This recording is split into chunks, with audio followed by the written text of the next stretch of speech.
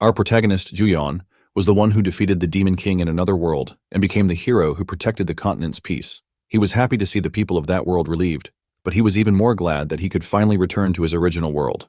The god then spoke to him, praising him for doing a great job and for choosing to save the world once again. However, he responded that every time he saw her, it was always about choices. Due to the resets, he always had to start from scratch, which meant he had no choice at all. He then asked the god if she was really going to send him back to his original world this time, and she confirmed that she would. He reminded her that she had kidnapped a talented person from another dimension and made him work for 20 years. He then asked her if she wasn't going to give him any compensation, like letting him keep his memories or retain some magic. She told him that while he was there, time in his dimension had stopped, and that his time had remained the same, meaning he hadn't lost anything. He clenched his teeth in frustration, but all he could do was sigh and agree with her. He then told her to just hurry up and send him back. Yet, she assured him that compensation for the time and effort he spent there would surely be given, though, like before, he wouldn't remember it himself. The god then gave him a god's fragment and told him she would give him a piece of her power as a gift. Depending on his choices, the flow of the dimension would change, and the world would shift according to his will. This left him speechless for a moment. He asked her if she could at least give him a hint, but she simply replied, "No." Irritated, he asked her why everything was always a no, and shouted at her to at least let him keep his memories of the continent. She only stared at him with a smile and pointed her huge finger at him. Then, she told him to go. Panicking, he tried to tell her to wait because he wasn't done talking. However, she didn't listen, and proceeded to send him to his original world, telling him to return to the place where his journey began, the world that would determine his fate. She informed him that she would continue to watch over his journey. As he fell through the space between worlds and felt his body slowly dissolving into the air, he tightly closed his eyes. Later, he woke up because of the bright light coming from his window and sat up, yawning in exhaustion. He wondered what was happening as he felt strangely refreshed. He checked his phone and saw a text from his manager asking if he was coming, if he was asleep, and if he knew that the morning shift started at 7 a.m. He panicked upon seeing it and rushed outside, knowing he was super late. A moment later, he arrived at the convenience store. The manager angrily scolded him, saying that if he continued being that late, it would be hard to keep working together. He respectfully bowed his head and repeatedly apologized to his manager. He felt down, wondering why his life was always this broken. Hours later, during his break, he ate bento as usual and sighed, realizing that his job at the convenience store wouldn't last long either. With overdue rent piling up, 1 or 2 part-time jobs wouldn't be enough. He then wished he had awakened. But then he was confused when a panel suddenly appeared in front of him, showing that he had activated the unique trait Skill Master, which shocked him. Awakened individuals are commonly called users, and it's been 5 years since augmented reality, like something out of a fantasy novel, enveloped the world. Along with the fields that began appearing across the earth, the world has long since started revolving around the new resources that come from them. Users are granted the power to conquer and pioneer these fields, which are dominated by monsters. Even menial tasks within these fields can generate income, which is why everyone wants to become a user, even though it means stepping into the unknown, because rewards more tempting than the danger are scattered everywhere. However, not all users make a fortune. While some awaken with high-grade unique traits from the start, others do not. At the pinnacle stands the world's #1 ranker. The first to reach level 70 and possessor of the SS-grade unique trait Dragon Speech was Muhammad Al. One day, Al uploaded a video to his personal channel. Countless people clicked on it out of curiosity, and they couldn't look away for even a second. In the video, Al was facing a swarm of monsters. Calmly, he activated his power through his staff, and viewers witnessed the dream of all mages, magic that anyone who had read even one fantasy novel would admire.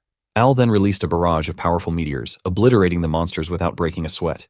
The viewers were stunned, unable to believe they were witnessing such a spectacle with their own eyes. They thought it was insane. This was an A-grade field after all. No one could believe that a level 70 user could cast such a devastating spell. The meteors destroyed everything in their path, and even a monster capable of wiping out a city couldn't withstand them. Everyone wondered how a mere monster could ever oppose the wrath of nature itself. At the end of the video, Al stated that the skill they had just seen was the SS-grade meteor rain. He then announced that exactly 1 week from the video's upload, if anyone could showcase magic more splendid and powerful than meteor rain, he would give them a ring artifact as a gift. Everyone knew the ring he was referring to, the Elemental Ring, the first and only publicly revealed SS-grade artifact, and the ultimate accessory every magic-based user dreamed of possessing, even in their sleep. However, not everyone was impressed by Al. A man asked a woman why she thought so, since just offering such a prize was already a huge deal. The woman replied that Al was basically declaring he wouldn't give the Elemental Ring away at all. She questioned where in the world there could be anything more powerful than an SS-grade skill. She then showed the man how Al had set a trap by making the condition of winning based on magic, with Al himself as the judge. Irritated, she added that the judging was subjective, meaning Al had no real intention of giving away the ring. She then shouted that she was jealous, and that Al was infuriating. Though people couldn't help but envy Al's flex, the video became a hot topic. Yet in the end, it seemed like a story from another world that no one could ever catch up to. Or so it seemed. A few days later, Juyeon headed into the forest. When he felt far enough from the city, he stopped. With a single motion of his fingers, a meteor rain even more powerful than Al's dropped from the sky, annihilating the ground around him, except for the patch he stood on. Shocked but amazed, Juyeon laughed in awe and shouted excitedly that Al's skill was awesome. He then uploaded the video to social media under the anonymous name user034512, making sure his face wasn't visible. Everyone who watched it was left speechless, their mouths agape. As the comments poured in, one thing was certain. Al had lost, and now the world was left wondering, who was that person? Users upon awakening are typically granted one unique trait. A unique trait enhances the effects of specific skills and is commonly understood to function similarly to a class in games. The well-known unique traits revealed to the world are Dragon Speech, Miracle, Regeneration, and Lethal Strike. A user with Dragon Speech becomes a mage more powerful than a dragon. A user with Miracle becomes a healer, said to be capable of reviving even the dead. A user with Regeneration becomes a tank, who can regrow limbs and continue fighting. A user with Lethal Strike becomes a warrior capable of defeating any enemy. However, Juyeon didn't know what his trait, Skillmaster, was truly about. A moment ago, Juyeon had been busy at his computer, searching for answers. He knew that when evaluating unique traits, the first thing to look at is the grade, because the higher the grade, the better the effects and the more subtraits it has, or so they say. Among users, known grades range from F grade to SS grade. When he opened his status window, it revealed that his trait was an X grade unique trait, an unknown category, but he was sure it must be an incredible cheat ability. However, his stats didn't agree. They were so low that he wondered sadly whether high-grade traits weren't supposed to come with stat boosts. He found it hard to believe. Getting all stats at 1 wasn't easy even for a normal person. Still, he comforted himself by thinking at least he still had the trait. The system then explained to him that Skillmaster could use all skills.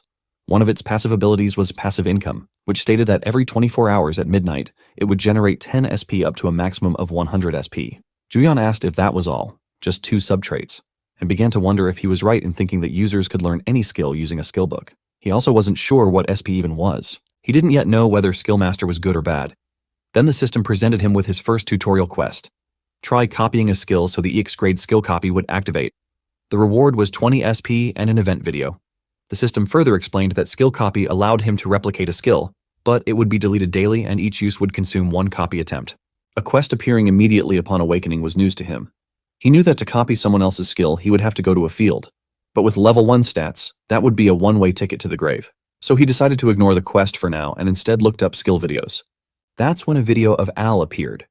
The system analyzed it and confirmed that Al's skill was Meteor Rain, grade SS, and displayed all its details. Then the tutorial event triggered, a linked event from the tutorial quest, and the system informed him that a special tutorial map would now be opened. This was a one-time opportunity. It explained that copied skills could only be used within the tutorial map, and while inside, all of Juyeon's stats would be increased by 999. The system then asked if he would like to copy Meteor Rain. Juyeon was shocked. It could even be copied from a video? That's when he tested Meteor Rain in the field. Back in the present, Al was watching the viral video while calmly humming and sipping wine. Someone then picked up the remote and turned off the television. A woman asked Al if giving away the elemental ring was really that great of an idea. But Al just responded by asking her what the odds were that a skill obtained less than a week ago would fall into someone else's hands. She replied that there were plenty of similar skills in the world. Still, he pressed, what if it was an SS grade skill with the exact same name? She argued that there was no confirmation that it was SS grade, and it could have been staged to look similar, especially since no trace of such a field had been found. But Al firmly stated that he was sure it belonged to at least an SS grade unique trait. He then instructed her to pass along a business card with the ring. Finally, he informed her that they would stay cautious for now, so it was best not to approach directly, only to say the ring was a gift for someone he hoped to become friends with in the distant future. Meanwhile, at the convenience store, Juyeon was excited as he watched the insane view count on his video and remembered that the system had even recorded a video for him.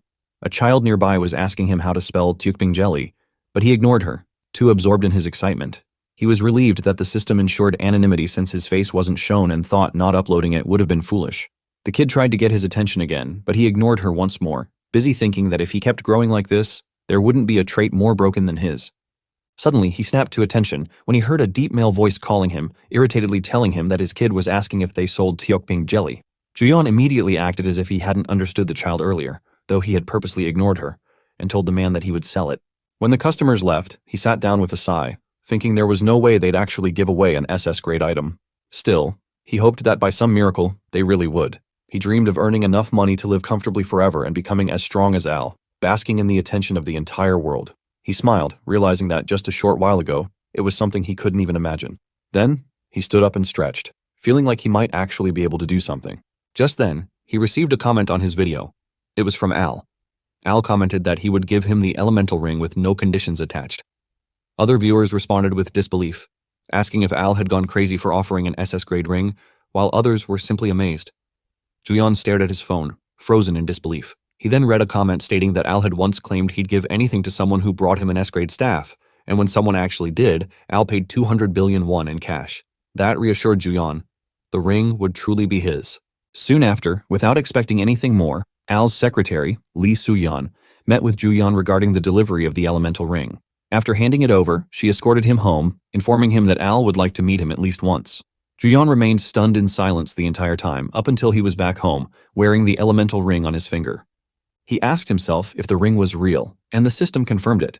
It was the elemental ring, grade SS, which significantly boosted many of his stats just by wearing it. The reality of everything finally sank in. Suddenly snapping to action, he sat up, realizing it wasn't the time to lie around. His magic stat had gone up by 40, and he thought he should head into a field immediately. He opened his status window again, but upon seeing his stats, still at 1, he concluded it was probably too much for him. He knew he needed armor, but that required money. He headed to his computer desk and checked his video views. He guessed that the ad revenue might be enough, but he wanted to avoid verifying his identity through the channel. Staring at the screen, he wondered if there was a better way. Then an idea came to him. He remembered that just doing emergency healing near a field could earn hundreds of thousands of won. He knew healing skills were the real deal, and even those who looked down on healers admitted that field work paid well. He then set himself up on the sidewalk with a handwritten sign offering C-grade healing that could treat amputations, fractures, and F-grade or lower status ailments. His pricing? 500,000 won for amputation, 200,000 won for fractures, and 700,000 won for status ailments. He thought it would be a jackpot if even one person came per day. He was sitting outside the D-grade swamp field at Seoul Grand Park, since all the prime spots were already taken. While checking his phone, he made a mental note to bring something next time to help pass the time. Without noticing, someone carrying a severely injured woman rushed toward him. Trying to stay positive, he told himself it was good news and reassured himself that there was no danger outside a field, so nothing serious could happen. But then, the man stopped right in front of him. When Juyeon looked up, he saw a blood-soaked man glaring down at him. Juyeon froze, stunned, and sweating in fear. The man then ordered Juyeon to get his skill ready, which immediately irritated him. He wondered what the man's attitude was about, using informal speech right off the bat. He was reminded of a customer at the convenience store who once barked at him to hand over a red cigarette and wondered if this man thought he was still some part-time convenience store clerk. He was annoyed because even though the healing skill was a copied one, it was a C-grade skill with some impressive effects. He felt he had to say something. Angrily, he told the man that the price was 2,000 up front. But before he could say more, he noticed the man's expression remained completely unchanged. Feeling defeated, Juyeon reluctantly softened his tone and guided the man toward the treatment area. As they walked, he caught the rotting smell of blood in the air, and anxiety kicked in when the man suddenly pulled out the woman's severed arm. The man slapped the arm back against the woman's shoulder and shouted at Juyeon to hurry.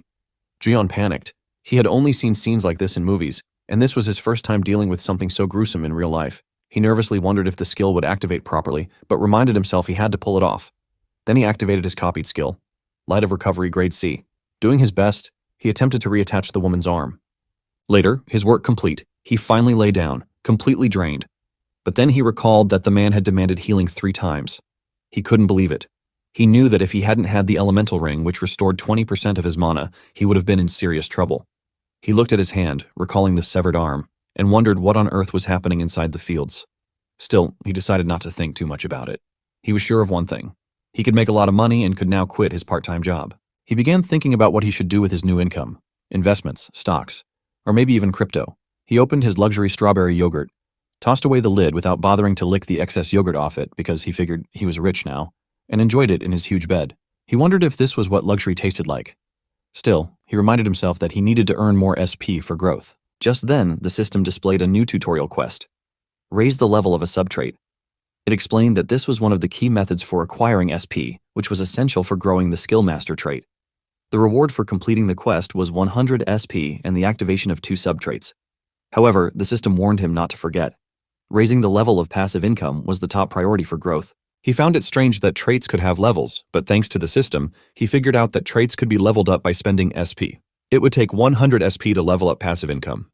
Since the quest reward was also 100 SP, he considered it basically free, especially because leveling up would unlock a new subtrait. That meant he absolutely had to complete the quest. Opening his SP window, he saw that he had 70 SP left. He calculated that since passive income gave him 10 SP per day, he could complete the quest in just 3 days.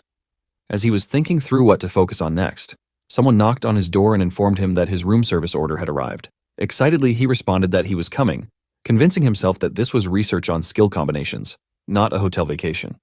He let the staff bring in the food, and once the table was filled with delicious, expensive dishes, he turned on the television and began eating. From a video, he learned that S-grade and higher skills were practically extinct. He realized that even if he copied them, they would vanish after midnight. He gave thanks to Al for casually revealing an SS-grade skill, which was extremely rare. Then he changed the channel, wondering if someday he might be able to keep copied skills permanently by leveling up. He decided to organize his skills, dividing them into categories for immediate use and for later, and saved them into playlists. He then placed Meteor Rain, Explosion Shot, Ice Spear, and Ice Wall as his top 4 skills. Just in case, he added Body Hardening, and also included Teleportation Technique because it looked cool. As he kept adding more, he thought to himself that internet skill shopping was the best. Bro is shopping skill, like it's clothes. A moment later, he had finished all the food, enough for a whole party, and leaned back on the sofa comfortably. He had registered as a healer with the user association and had taken care of everything. Happily, he lay in bed wondering how much his value would skyrocket if he could use healing, buffs, and magic. He even fantasized about some stunning beauty sending him a love call. A few days later, he was back at his usual spot outside the D-grade field. The woman from the other day approached and told him she was really grateful for what he did back then. He looked at her, speechless and confused. The woman asked if he didn't remember her. He replied no, and added that she was far too beautiful to have had any connection with him. She then reminded him that her brother had brought her to him for healing a few days ago, pointing toward the same arrogant man. He finally remembered and realized she was the one with the severed arm. He had thought the woman was the man's girlfriend, since he had spent so much on her. But now he knew she was his sister. She shyly told him she was glad she could thank him in person because if he hadn't been there, she might have actually died. She then asked if he was currently in a party, to which he simply replied no. She asked again if he belonged to any guild, and again he replied no. She smiled and said that was perfect, because their party needed a temporary healer. Her offer startled him. He wasn't ready to step into a field yet, and he knew he needed to decline. But then she sweetly asked if he'd like to grab a coffee and chat if he had time, adding that if he gave her his number, she'd contact him later. She really tries to riz our boy. He blushed and was about to agree, but suddenly, both of them were shocked by a loud scream. A man was dragging another severely injured man, shouting that they'd gotten wrecked in the field and needed a healer who could treat status ailments. Hearing the sound of money, he rushed to them and activated his healing skill. After treating the injured man, the comrade handed him payment. Juyeon then glanced back at the woman. With tears in his eyes, he apologized and explained that joining a party was just too much for his level right now. She laughed awkwardly and reassured him that they could carry him. They had an S-grade tank and an S-grade mage. But Juyeon quietly collected his money and folded up his mat. Confused, she tried to stop him, but he sprinted away while repeatedly apologizing. He didn't dare look back, haunted by the memory that even S-grade users had barely escaped from a D-grade field just moments ago. He kept running, face flushed with embarrassment and regret, wondering when he'd ever get the chance to party with a beauty like her again. He swore to himself that he'd quickly gather money and SP and become a true golden spoon mage. Later that night, Juyeon lay on the balcony of his hotel room gazing at the city lights and thinking that this was finally the day he had been waiting for. Just then, the phone next to him rang. It was exactly midnight. The system popped up, informing him that he had obtained 10 SP and asked if he would like to upgrade passive income to level 2. He agreed. With the upgrade, passive income increased to level 2, boosting his SP gain every 24 hours at midnight from 10 SP to 50 SP. Amazed by the 5-fold increase, he wondered if he should check his quest rewards. The system then showed that he had completed the tutorial quest and received 100 SP as a reward, along with a unique trait subtrait and trait bestowal level 1, which grants one random F-grade unique trait to a copied skill. He understood that unique traits represented a user's tendencies. While users could all use the same skills via skill books, the power of those skills varied significantly from person to person, fundamentally due to the differences in their unique traits. This naturally placed Skillmaster at a disadvantage. Without unique traits, copied skills would always perform worse than those of the original user. However, Meteor Rain in the tutorial map had been an exception. Now he wondered if copied skills from this point on would also come with unique traits. It felt like a cheat, though the word random still bothered him. The system then presented his options. Light of Recovery. Heals severed and fractured areas, restores 15% health, and cures E rank or lower status abnormalities. Mana requirement, 25. Mana cost, 250. a unique trait that increases magic attack power by 10%. He knew he'd have to test things himself to be certain and wondered what to try first. Thinking it was about time to graduate from being a healer for hire, he was suddenly presented with a new tutorial quest to hunt a minimum of 20 monsters using copied skills, level up to unlock more diverse skill copying, and access additional skill master content. The rewards included 200 SP, an upgrade to skill copy X grade, and sub-trait level 2 activation. He stared at the quest window, speechless. It truly felt like someone was watching him in real time and assigning quests. Glancing at his phone, he wondered whether he should copy that flame magic video for practice. Playfully, he thought that since the traits were random, he couldn't expect anything amazing. But before he could think further, skill copy activated on its own. It copied Fireball, grade E, a flame orb that could be thrown within a 20-meter radius. Mana requirement, 10, mana cost, 70. Along with the skill came the unique trait Ignition, grade F, which applied a grade F burn effect for 60 seconds to any target hit by flame-type skills. Juyeon couldn't help but wonder if someone really was behind the quest window. The next day, he arrived at the entrance of the Daegwalyong sheep farm in the Cape. He stood at what felt like the boundary between reality and the field. He calmed himself, reminding himself that he had spent all his money on gear. Even if it was cost-effective, it was still decent enough. Regaining his confidence, he shouted a proud farewell to his days as a healer for hire and welcomed himself to the hunting field. A few days later, people on social media were buzzing about a psycho who was massacring mobs with fireballs at the sheep farm. Some guilds had even tried to recruit this fire psycho, but he turned them down, leading many to wonder if it was because he didn't like the nickname. Jeon, however, remembered the 3 no-name guys who had asked him to join their guild. That wasn't why he declined. He reminded himself that he had once rejected an offer from an S-rank beauty. He then questioned if he really laughed while hunting, which might have been why people were calling him a psycho. Checking the video, he saw a monster rushing at him while he repeatedly threw fireballs. He remembered smiling and even laughing out loud as he eliminated them. Watching himself, he was speechless and slightly guilty at how excited he'd gotten over how easily the mobs were dying. Having completed the tutorial quest to kill 20 monsters, he received 200 SP and unlocked skill copy EX grade and sub-trait level 2, efficacy level 1, which reduced the mana cost of copied skills by 10%. He also gained 800 SP. Though he was running out of mana, the reduction in mana cost kept him going. Then, he noticed a boss raid post in the beginner user group. The comments were asking if the Fire Psycho was the one who had done the Obsidian Bear raid, an event where only users level 15 or below were eligible for rewards. People were talking about the insane damage, recalling the bear going berserk. The memory hit him suddenly. He immediately stood up and then dropped to his knees in front of his computer, worshipping the #1 ranked user, Al, while replaying one of Al's past videos. A few days earlier, in the field, the Obsidian Bear had appeared, throwing users into a panic as they faced the massive monster. At that moment, the system presented Juyeon with a new tutorial quest: defeat a field boss monster with a reward of 500 SP. Realizing the system wanted him to kill a boss, he focused. The bear charged at the users, but before it could reach them, Juyeon launched a barrage of fireballs in its direction. The bear stumbled back under the relentless assault, and the other users turned to see who was responsible. They saw Juyeon calmly playing with a fireball between his fingers, completely unfazed by the stares. He continued to ignore the crowd, visibly excited as the bear roared in pain and fury. Eventually, he stopped casting, and the bear was no longer visible through the flames. When the smoke cleared, everyone was shocked to see the bear lying motionless on the ground. A user asked if it was really over. Was it really that easy? But just then, the bear stirred and transformed into its berserker phase. It roared, activating Obsidian Bear's Roar, grade A. The roar reduced the stats of everyone in the area, all attributes by 3 and strength, agility, and vitality by 2.